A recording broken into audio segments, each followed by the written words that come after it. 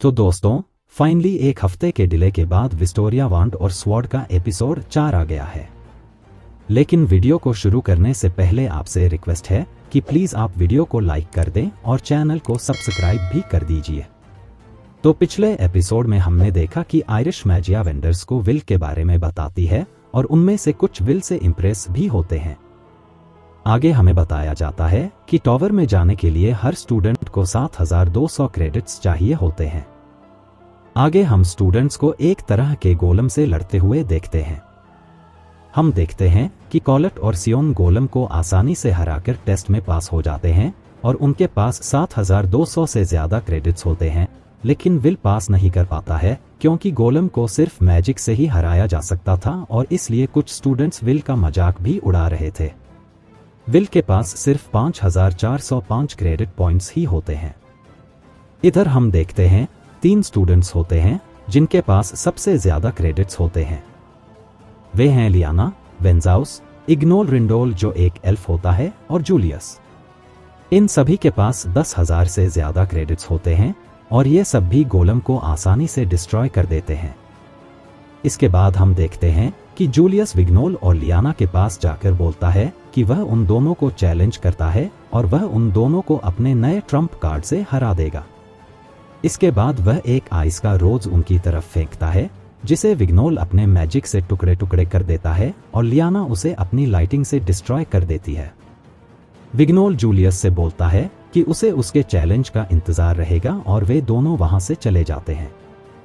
इधर सभी स्टूडेंट्स उन तीनों की तारीफ कर रहे थे। इधर विल सोचता है कि सब बोलते हैं कि किसी के क्रेडिट पॉइंट्स उसकी स्ट्रेंथ को बताते हैं और मैं यहां अपने लास्ट ईयर में भी टॉवर तक पहुंचना तो दूर, ग्रेजुएशन के लिए जरूरी 6000 पॉइंट्स भी नहीं कलेक्ट कर पाया। तभी वहां पर जूलियस आता है और विल को बहुत रूडली रास्ते से हटने के लिए बोलता है। उसके पीछे उसके कुछ चमचे उसकी तारीफ कर रहे थे और बोलते हैं कि जूलियस को जरूर मैजिक टूर्नामेंट में ही टॉवर के लिए रिक्रूट कर लिया जाएगा। इसके बाद हम देखते हैं कि collet will say magic tournament में पार्ट लेने के लिए कह रही थी। वह बोलती है कि इस तरह से तुम कभी टॉवर में नहीं पहुंच पाओगे, लेकिन पहले भी कई स्टूडेंट्स टूर्नामेंट के थ्रू बिना 7200 क्रेडिट्स के भी टॉवर में पहुंच चुके हैं। आगे हमें पता चलता है कि मैजिक टूर्नामेंट हर 2 साल पर होता है जिसमें अलग अलग तरह के कंपटीशन होते हैं। इसलिए यह रिगार्डन मैजिकल अकादमी का सबसे इंपॉर्टेंट इवेंट है जिसमें टॉप क्लास मैजिक को टॉवर के लिए रिक्रूट किया जाता है। कॉलेट आगे बोलती है कि वांड ऑफ एम्पेरर ऑफ लाइट के अलावा बाकी 4 मैजिया वेंडर्स भी इस टूर्नामेंट को देखेंगे।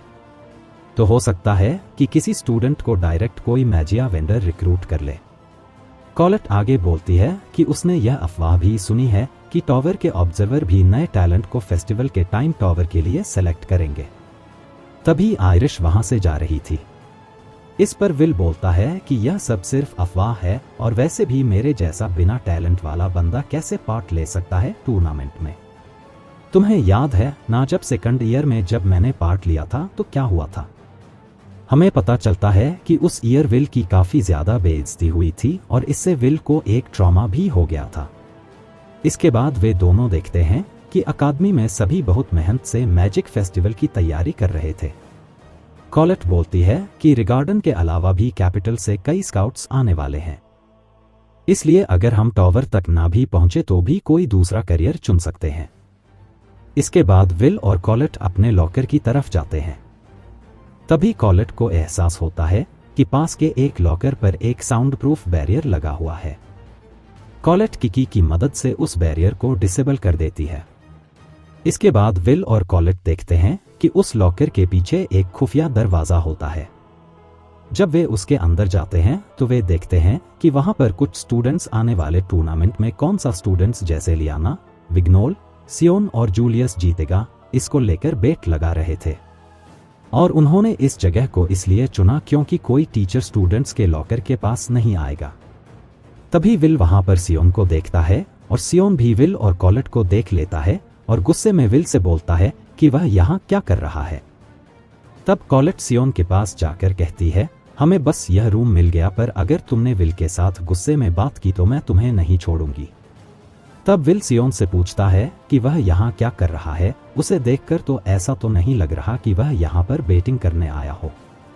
इस पर सियोन बोलता है कि इससे तुम्हारा कोई लेना देना नहीं है, लेकिन उसके चमचे उसका भांडा फोड़ देते हैं कि वह यहाँ पर यह देखने आया होता है कि उसके ऊपर स्टूडेंट्स कितना पैसा लगा रहे हैं, और उसे यह देखकर बिल्कुल अच्छा नहीं लगता कि सब उसे जूलियस और बाकी टॉप स्टूडेंट्स से भी कम वैल्यू दे रहे थे। इस पर सियोन उन दोनों पर गुस्सा होता है और यह सुनकर कॉलेट सियोन को चिढ़ाने लगती है। इस पर सियोन बोलता है कि उसके क्रेडिट्स जूलियस से कम सिर्फ इसलिए हैं क्योंकि वह राइटिंग टेस्ट में फेल हो गया था, लेकिन वह मैजिक करने में किसी से कम नहीं है, और सियोन वहां से चला जाता है। इधर हम देखते हैं कि क्लास खत्म होने के बाद विल जा रहा होता है।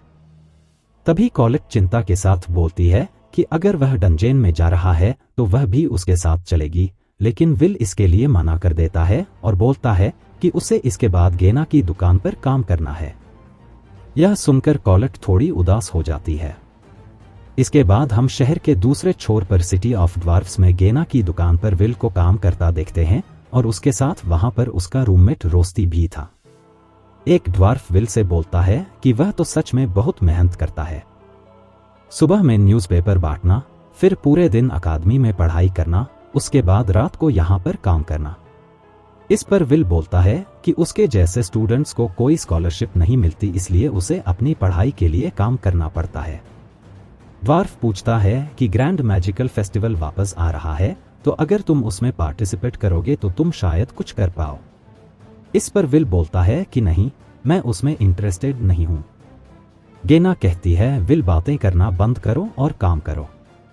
तुम्हारा दोस्त देखो तुमसे ज्यादा काम कर रहा है। तभी हम देखते हैं रोस्टी भी विल की मदद करने वहां आया होता है। तब विल रोस्टी से कहता है, आज मेरी मदद करने के लिए शुक्रिया।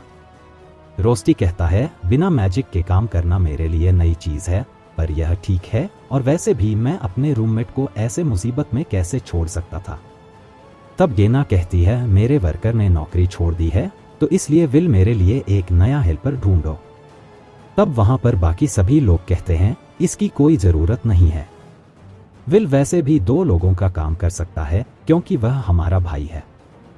तब यहां सबके जाने के बाद रोस्टी कहता है, विल, ड्वार्फ्स के पास काम करने से तुम्हें बहुत कम पैसे मिल रहे हैं, तो क्या प्रोफेसर वॉकनर तुम्हारे लिए एक अच्छी जॉब नहीं ढूंढ सकते हैं। तब विल कहता है, मैं प्रोफेसर वॉकनर को और तकलीफ नहीं दे सकता, और वैसे भी मुझे यह सारे ड्वार्फ्स बहुत ज्यादा पसंद हैं। ये लोग ऑनेस्ट हैं और ऊपर से अपनी मेहनत का खाते हैं, और ये लोग मुझसे बहुत प्यार करते हैं, जिस वजह से मैं भी इनकी बहुत ज्यादा इज्जत करता हूँ। तभी जूलियस और उसके दोस्त वहां आ जाते हैं, और जूलियस कहता है, आखिरकार तुम मुझे ये कौन सी घटिया जगह ले आए हो। तब उसका दोस्त कहता है, माफ करना जूलियस, यही एक जगह खुली हुई थी। तो रोस्टी कहता है, विल, ये लोग तो अकेडमी से हैं ना।